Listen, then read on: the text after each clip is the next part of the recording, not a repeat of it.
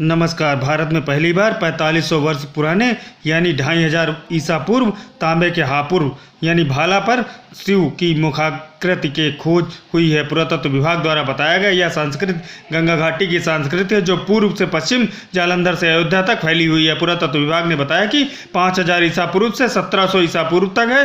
उन्होंने कहा कि संस्कृति के लोग कई अन्य हथियारों का प्रयोग करते थे जो गांव या कबीले को सुरक्षित स्थानों पर हथियार रखते थे। इस संस्कृति के लोग 1-2 वर्ग किलोमीटर में फैले होते थे जो अपने परिवारों के साथ झोपड़ी बनाकर रहते थे। जो झोपड़ी सामान्यतः गोलाकार होती थी। विभाग ने बताया कि पूरा कबीला शस्त्र धारण करता था।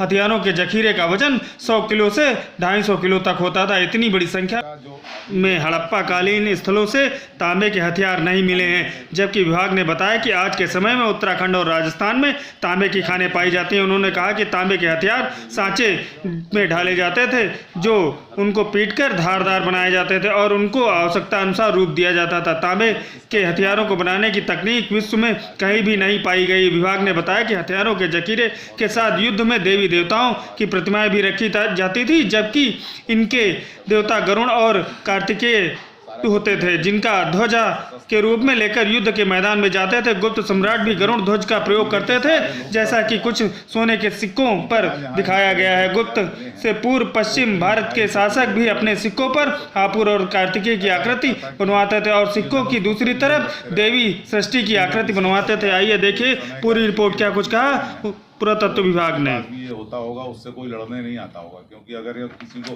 धोखे से अगर छू भी जाए ये तो उसका जो है उसकी मृत्यु सुनिश्चित है। तो और उनके खेत गांव के चारों तरफ होते हैं। पहले क्या करते थे लोग कि बीच में तो कोई मुख्य जो उनका मुखिया होता होगा उसका घर रहता होगा, लेकिन उनके खेत 1-2 स्क्वायर किलोमीटर में फैले होते थे और अपने खेत में वो अपना मकान बनाते थे। ऐसा जो है एक रामकोट के पास एक साइट है ओसीपी की, वहाँ उस साइट का मैंने अध्ययन किया था, तो उसमें इसी प्रकार का सेटलमेंट पैटर्न पाया गया था।